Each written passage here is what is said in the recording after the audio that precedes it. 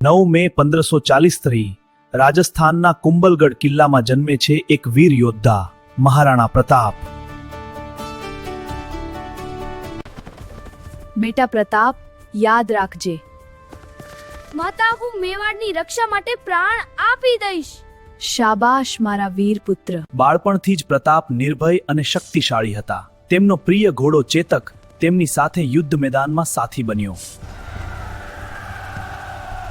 તેમના પિતા હતા મેવાડના શાસક મહારાણા ઉદયસિંહ દ્વિતીય અને માતા હતી ધીરજવંતી મહારાણી જયવંતાબાઈ। રાજવી સંસ્કાર અને શૌર્ય તેમની રગોમાં વહેતું હતું।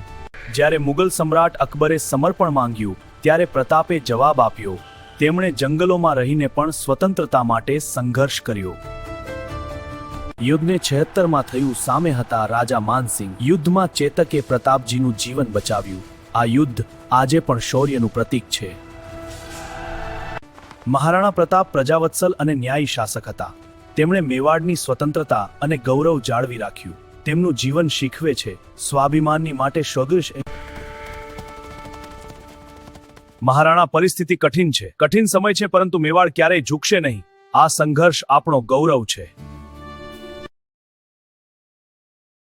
મારું શિર કાપી શકાય, માતૃભૂમિ માટે જીવવું અને જરૂર પડે તો મરવું, એ જ મારો ધર્મ છે।